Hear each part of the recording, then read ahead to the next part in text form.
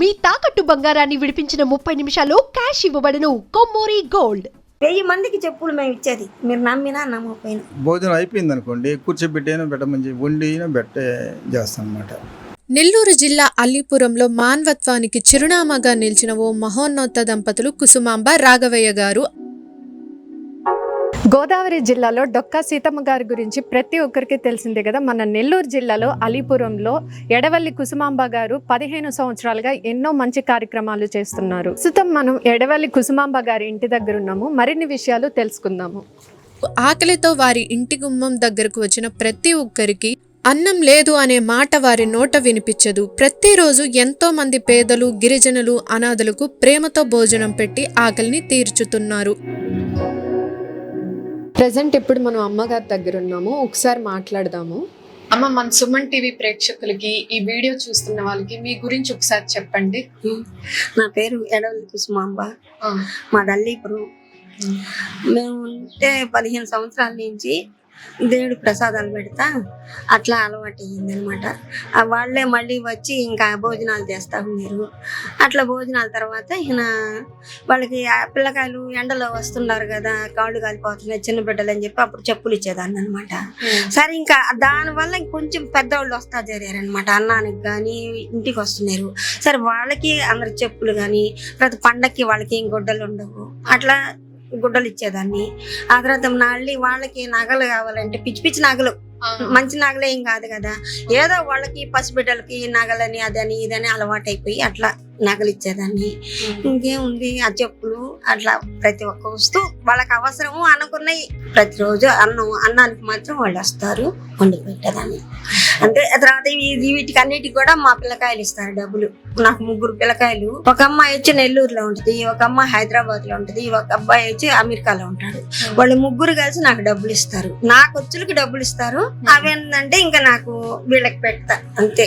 భగవంతుడు నాకు ఇచ్చిన వరము ఆ అమ్మనే నాకు సహాయం చేసింది, కానీ నేను సంపాదించకపోయినా భగవంతుడు నాకు ఇచ్చిన వరం ఇది. మనిషిలో మానవత్వం ఇంకా బ్రతికే ఉందని నిరూపిస్తున్నారు. అంతేకాదు, అవసరమైన వారికి మందులు, పేదలకు చెప్పులు, వానకి గొడుగులు, చీరలు అందిస్తూ సేవా కార్యక్రమాలు కొనసాగిస్తున్నారు.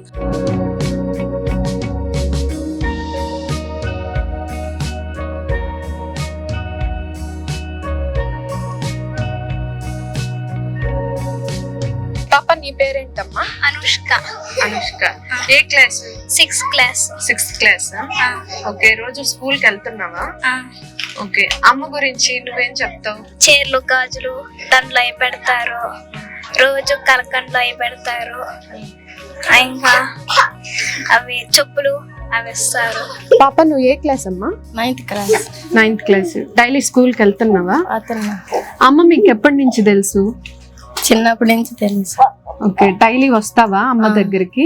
వస్తాం. ఓకే, అమ్మ ఏమేం పెడతారు రోజు? అన్నం పెట్టద్ది, కలకండ అంటే పెట్టద్ది, పండగలలో చీరలు అలాంటి అంటే నగలు అలాంటి ఇస్తా ఉంటది, ఏదో ఒకటి పెడతా ఉంటది. ఓకే, డైలీ వస్తావా అయితే?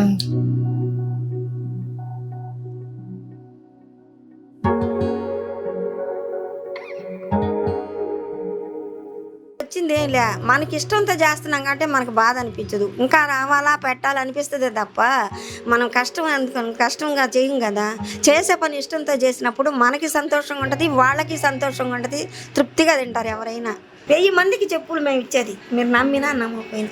బండ్లు వేసుకొని, స్కూటర్లు వేసుకొని వస్తారు అట్లా అనమాట. అంటే అప్పుడు చిన్నపిల్లకాయలకి ఇచ్చేదాన్ని. ఫస్ట్ మాత్రం చిన్నపిల్లకాయలకి బడిలో కాళ్ళు కాలుతాయి కదా వాళ్ళకి, అందుకని వాళ్ళకి చిన్నపిల్లకాయల నుంచి పెద్దోళ్ళ దాకా అలవాటైంది. కానీ ఫస్ట్లోనే అందరు ఊరంతా నేనేం పంచిందని కాదు, ఫస్ట్ మాత్రం వాళ్ళకి ఏది పెట్టినా వాళ్ళ నుంచి అమ్మని నాకు భగవంతుడు బాలా త్రిపుర సుందరి రూపంలో ఆ తల్లి నాకు అనుగ్రహం ఇచ్చింది. నా బిడ్డలను చూసుకుంటుందని నన్ను కూడా కాపాడింది ఆ తల్లి.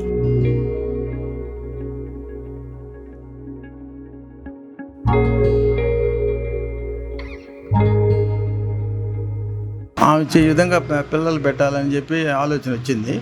నేను సరే అని చెప్పాను, అట్లా పెడదామని చెప్పాను. ఈ విధంగా వాళ్ళని ఇప్పుడు రాకపోయినా వాళ్ళు పిలుచుకొచ్చేయని మేము పెడతాం.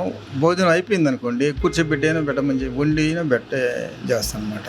సో చూశారు కదండి, ఎడవల్లి కుసుమాంబ గారు అలాగే రఘురామయ్య గారు 15 ఏళ్ల నుంచి ప్రతి ఒక్క పిల్లలకి చెప్పులు, బట్టలు, బుక్స్, అలాగే చీరలు అవసరమైనవన్నీ వాళ్ళకి ఇస్తూ చాలా మంచి మంచి కార్యక్రమాలు అయితే చేశారు. ప్రతి ఒక్కరూ వీళ్ళని ఇన్స్పిరేషన్ గా తీసుకోవాలి. కెమెరామెన్ వంశీతో శ్రావణి, సుమన్ టీవీ, నెల్లూరు.